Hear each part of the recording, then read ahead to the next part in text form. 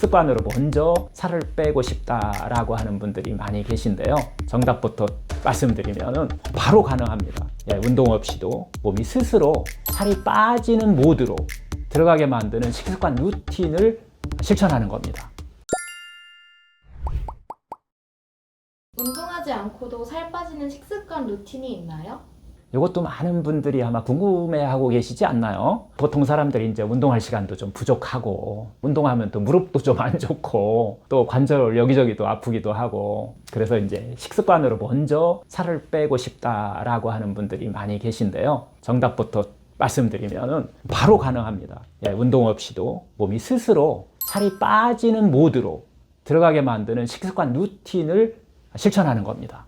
우리 몸은요, 하루 24시간 내에 대사화 작용을 합니다. 즉 움직이지 않아도 몸은 에너지를 계속 쓰고 있는 거예요.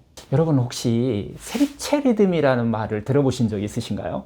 2017년에요. 미국의 과학자들이 3명인데요. 생체 리듬이라고 하는 것을 이게 의학적으로, 생리학적으로 밝혀내서 노벨 생리의학상을 받았는데요. 이것은 의학적으로 정말 상당히 중요합니다. 하루를 3등분해서 8시간씩 나눠보는 거예요. 그래서 이 8시간에 따라서 어떤 생체 리듬의 영향이 확 바뀐다는 거예요. 어떤 때 음식을 먹어야 좋은지, 어떤 때 무엇을 해야 되는지에 대한 이런 전체적인 어떤 건강하고 관련되어 있는 내용인데요. 일단은 새벽 4시서부터 오전 정오까지 이 시간은 세포가요, 배설하고 청소하고 해독하는 시간이에요. 이 시간에는 칼로리가 높은 음식보다는 생수, 물을 많이 드시는 것이 가장 좋은 시간이고요. 우리 몸에 살을 빼는 해독을 하는 가장 좋은 시간이라는 거예요. 그 다음에 이제 정오부터 저녁 8시까지 이 시간에는 우리가 음식을 먹고 막 활동하고 정말 우리 몸과 마음이 일하는 시간이에요.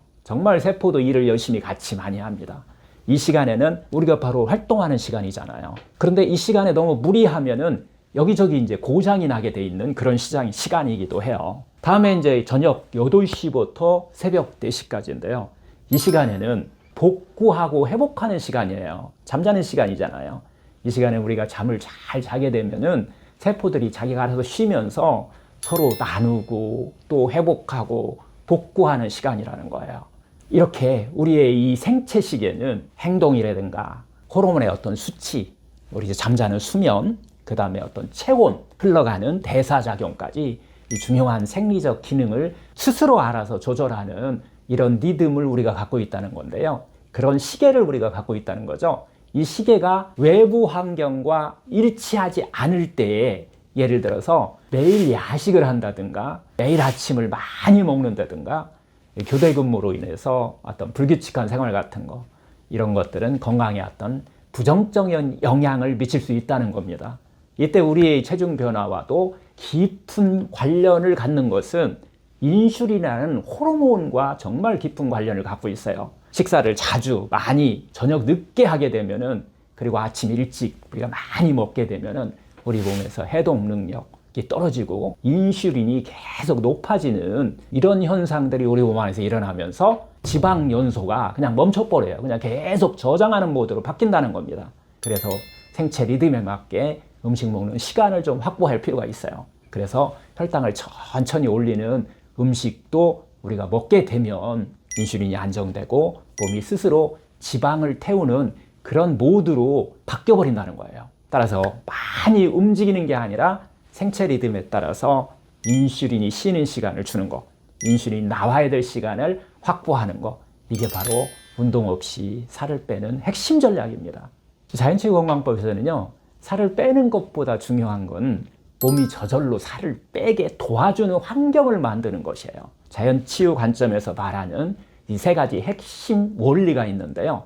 첫 번째는 몸의 생체 리듬을 회복시켜 준다는 것입니다. 일정한 식사 시간, 충분한 공복 시간, 보통 이제 16시간 간헐적 단식이라고 얘기도 하는데요.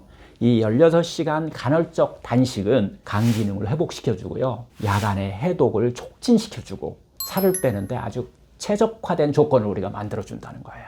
두 번째는 염증 줄이기입니다. 정제된 탄수화물, 설탕, 이런 것들이죠. 밀가루 음식, 이런 것들을 좀 줄여주시면 우리 몸 안에서 염증을 일으키는 그런 반응들이 확 줄어들게 됩니다. 이 염증 반응이 줄어들게 되면 바로 인슐린하고 관계돼 있어요. 인슐린 감수성이 다시 이제 회복되고 지방 연소가 잘 이루어진다는 거예요. 마지막 세 번째는 장 건강을 살리는 거예요. 장내 미생물이 바뀌면 식욕, 혈당, 포만감이 같이 다 바뀌게 됩니다. 장이 좋아지면은 살도 쉽게 빠질 수 있다는 거예요. 이렇게 보면 살을 빼는 건 억지로가 아니라 자연스럽게 만들어가는 하나의 과정이라는 것을 우리가 알 수 있죠. 자, 이제 궁금한 것이죠. 제일 궁금한 것이죠. 일상생활에서 그러면은 우리가 할 수 있는 루틴이 있는가라고 하는 겁니다. 지금부터 바로 실천할 수 있는 바로 5단계 식습관 루틴을 제가 이야기를 해드릴 거예요. 첫 번째입니다. 1단계는 아침 공복을 포함해서 하루 16시간 공복을 유지하는 거예요. 저녁 8시에 뭐 식사 끝낸다면은 아침은 물만 드시고요. 정오 이후에 우리가 식사를 하면 돼요. 이 공복 시간 동안 간이 해독하고 장이 좋아지고 바로 지방이 연소되는 시간입니다. 2단계 공복 후 첫 끼가 중요합니다. 혈당을 천천히 올리는 샐러드로 시작하는 거예요. 생채소, 뭐 과일, 견과류 등을 먼저 먹고 다음에 단백질, 그 다음에 이제 정제 탄수화물은 천천히 뒤에 제일 마지막에 먹는 거라는 거예요. 3단계입니다. 식후 2-3시간 정도는 간식 없이 시간을 좀 보내야 돼요. 이 시간은 인슐린이 떨어지고 지방이 타기 시작하는 시간이에요. 그래서 자꾸 간식을 먹으면 몸은 바로 또 비축 모드로 이렇게 전환돼 버립니다. 팁으로 입이 좀 심심하시면은 빨리 알아차리셔야 돼요. 마음의 허기가 자기가 작동해서 그런 것이지 세포가 허해져서 그런 건 아니라는 거예요. 그래서 우리가 칼로리가 없는 물이라든가 차 종류 이런 것들을 드시면 또 살을 빼는데 도움이 됩니다. 네 번째 이제 4단계는 저녁 식사는 가볍게 일찍 하셔야 돼요. 채소 위주로 또 하시는 것이 좋습니다. 세포도 쉬는 시간을 좀 주는 것이 아주 중요합니다. 이 시간은 몸이 알아서 바로 복구하는 시간이잖아요. 마지막 5번째 가장 중요합니다. 5단계는요. 평상시 호흡을 길게 깊게 하는 습관을 들이시는 겁니다. 식사는요. 여유 있게 천천히 하는 것이 제일 중요합니다. 스트레스 상태에서 정신없이 빨리 먹으면 소화도 잘 안 되고 지방도 축적되고 또 과식하게 되잖아요. 그래서 식사 전 1분만 자기의 호흡을 한번 이렇게 바라보는 훈련 연습 정말 필요합니다. 우리는 더 적게 먹거나 더 많이 움직이지 않아도 잘 먹고 잘 쉬는 이 생체 리듬의 루틴을 지키는 것이 정말 살을 뺄 수 있는 상당히 중요한 요인이라는 거예요. 살이 빠지는 몸을 억지로 만드는 게 아니라 자연스럽게 빠지는 그런 환경으로 되돌리는 것, 그게 바로 진짜 건강한 다이어트입니다. 지금 바로 한번 시작해 보세요.